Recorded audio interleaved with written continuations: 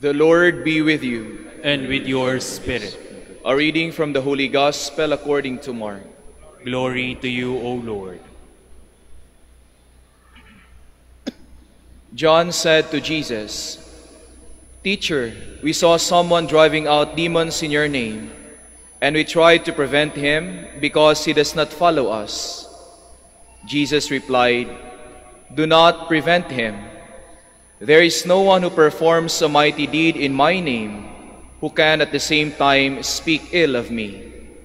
For whoever is not against us is for us." The Gospel of the Lord. Praise to you, Lord Jesus Christ.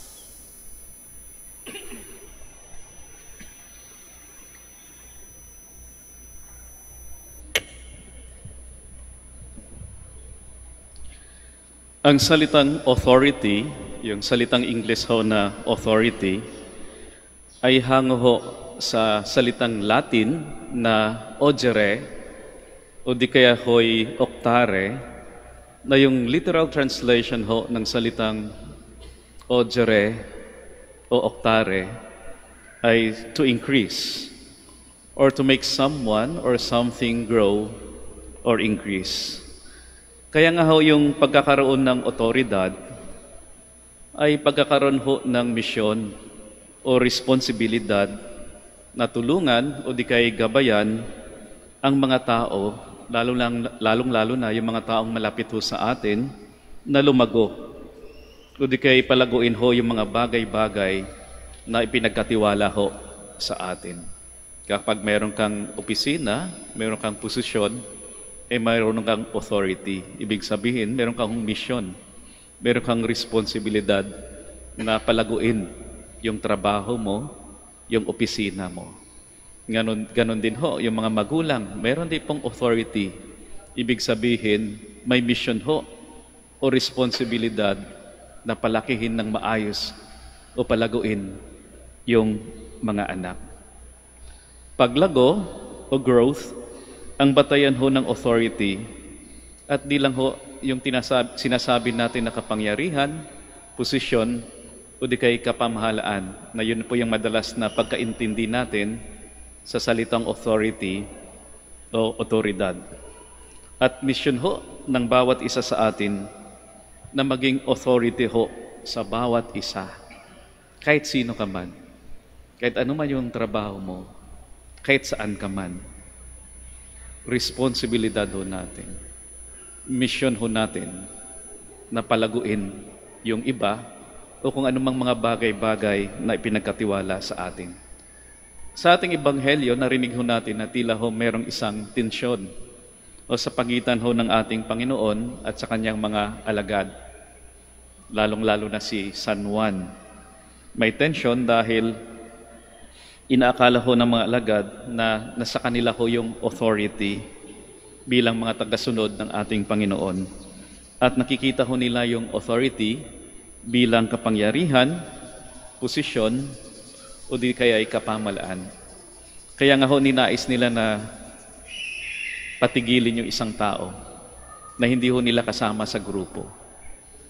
Patigilin ho sa pagtaboy ng mga demonyo sa ngalan ng ating Panginoon. At pinaalalahanan ho sila ng ating Panginoon na hayaan ho ang sinumang gumagawa ng mabuti para sa ikabubuti ng kanilang kapwa. Bakit ho? Dahil yung taong gumagawa ng mabuti para sa kanyang kapwa ay nakikiisa sa misyon na palaguhin ang kapwa. Yun po yung paalala ng ating Panginoon sa kanyang mga alagad.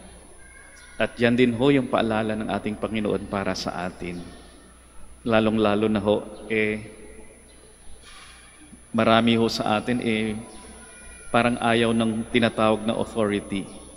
O di kaya'y nawawala na ho ng authority. Di ho ba? Marami sa atin, minsan, indifferent. No? Tapansin na ho natin na mali yung ginagawa ng kasama natin.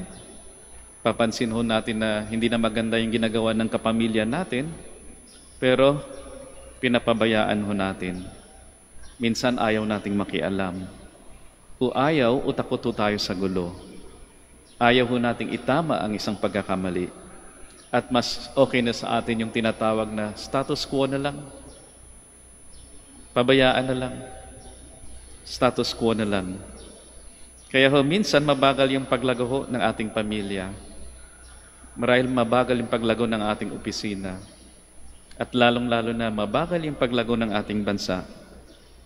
Dahil ayaw marami ho sa atin ay ayaw ng authority. Kaya sinasabi nila, no, kanyang-kanyang trip na lang at walang basagan ng trip. Kahit na ho sa politika, kung mapapansin ho datin, tila ho, ayaw din ng authority. Kahit may posisyon, ayaw din ng authority. Kaya yung tagline ho ng mga politiko, maraming politiko ho, yung tagline nila palagi, pagbabago, palaging bago, palaging bago. Pero parang hindi binibigyan din yung paglago. Lalong-lalo na yung mga bagay-bagay o marahil yung bayan na pinagkatiwala sa kanila. Alam nyo, isa sa mga dahilan kung bakit ako yung nag-persevere o tumagal ho sa seminaryo, kahit survivor ho ako sa aming batch, nung kami postulants, kami 16, nung napunta ho dito sa Manawag para sa aming novitiate, 10 na lang ho kami. Lumipat ho kami sa Santo Domingo, dahil profess na ho kami, 7 na lang ho. Nag-graduate kami sa philosophy, 5 na lang. Nag-theology, 3. At nung na-ordain, ako na lang ho mag-isa. Alam niyo kung bakit ako nag-persevere? Dahil doon sa mga kuya namin o nakakatandang kapwa seminarista na kung mag-correct ho sa amin, wagas. No, pag may napansin na mali, talagang hindi papalipasin yan. Sasabihin, kanina late ka na naman sa prayers. Kanina absent ka na naman sa cleaning. Mukhang bumababa yata yung grades mo. Pero natutuwa ako kapag kinokorek ako. Kasi yung mga nakakanta ng seminarista ho, yung mga kuya ho namin, ay nagiging authority ho sa amin. Pinapansin yung pagkakamali namin, pero sila din mo mismo, naging ehemplo din ho, naging example din ho ng kabutihan ng buhay seminaryo. Palaging present sa prayers, palaging present sa cleaning time, at exemplary yung kanilang study life. Kaya kung mag-persevere man ho ako sa seminaryo, dahil ho sa mga kuya namin na masasabi ko na merong authority, may pagmalasakit sa aming mga seminarista. Sa paligid ho natin, marami ho yung mga taong nagkakamali, maraming nasasaktan, marami ho yung nangangailangan ng tulong at kagalingan. At kinakailangan din ho natin ng mga taong may authority. Mga halimbawa ho ng kabutihan, katotohanan, at pagpapatawad. O yung mga taong may tunay na pagmamalasakit sa kapwa. Lalong-lalo na sa mga taong malapit ho sa kanila. At sana wag ho natin bitawan yung mission na yan, ng responsibilidad na yan na authority. Lalong-lalo na sa mga malalapit sa atin, sa anak niyo, sa kapatid niyo, sa magulang natin, sa katrabaho, o di kaya'y sa mga kagrupo natin. Sabi ho ni Thomas A. Kempis, sa yung sumulat ho yung Imitation of Christ, sabi ni Thomas A. Kempis, it is much safer to be in a subordinate position than in authority.